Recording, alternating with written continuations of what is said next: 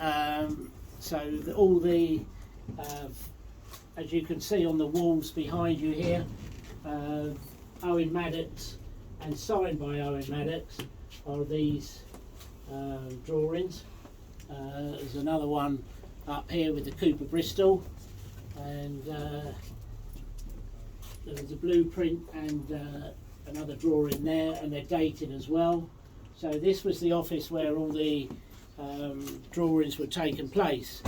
Now I say in 1960, end of 61, when Jack had left Cooper's and gone on to do his own company. Now he went on to great things. He won another Formula One World Championship, so he became 3 times world champion. Now Bruce obviously was still here racing with Cooper's, and this office here, nobody's name's Bruce, is it? Because you're not allowed in here, because Bruce was banned from coming up in the drawing office in case he went off on his own to do his own thing. And as we know, Bruce did, and McLarens became McLarens, and that's what went on from there.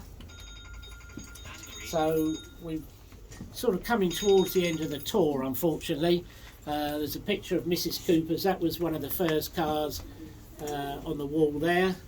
That was her car that she used to use, and it's LPC 500.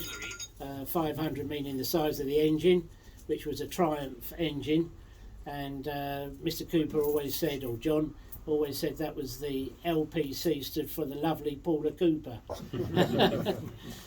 So I could take you outside, but you probably won't hear me because I haven't got a mic, so we'll do these little bits here. We've got a lovely photograph here that Kev's holding up, modelling. There's Jack and Bruce on the forecourt down below. So quite a nice photograph of them both standing together on the forecourt, where we've all stood and had a look at the cars down below, and just their ghost there today, unfortunately. And then we have where back in 1961, when Cooper's first took the Mini on, after John Cooper had been speaking to British Leyland back in the day, or BMC.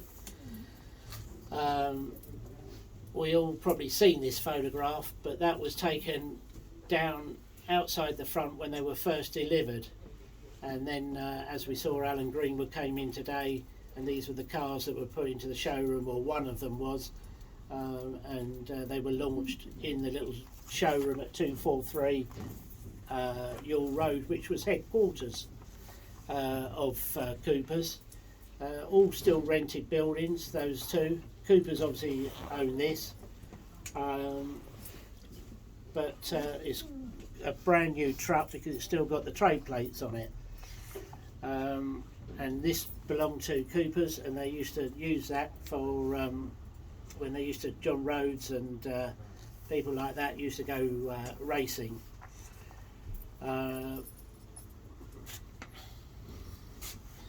Now this was coming up to sort of 61. 63 was a very bad year. John Cooper had a very bad accident in a 20 Mini.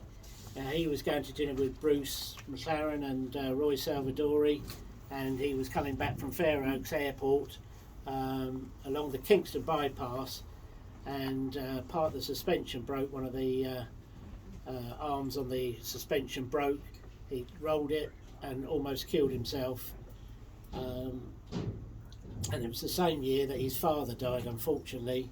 And it was coming towards the end of the racing years, even though they went on for another 4 or 5 years later, but being run by Ken Tyrrells and Roy Salvadori run the team. Now that accident that he had on the Kingston bypass could have changed history for us all here. Now, if that had been, it would have been the end of Cooper's. No more, you know, the Coopers obviously went on, but then maybe 1990, when John Cooper actually bought the Mini back, when I was working with him at Ferring, That may not have happened if he hadn't have been here. And then we may not have had the BMW Minis either with the name Cooper. So Cooper lives on. So I hope you've all enjoyed yourselves. Yep. And please go round and have another look at places. There's lots of photographs. Take photographs wherever you want to. You don't mind, Al, do you? As long as it's not behind some of the closed doors that we've closed off, because obviously he's got his bits there and there was nothing to tell you a story about. So we hope you enjoyed yourself.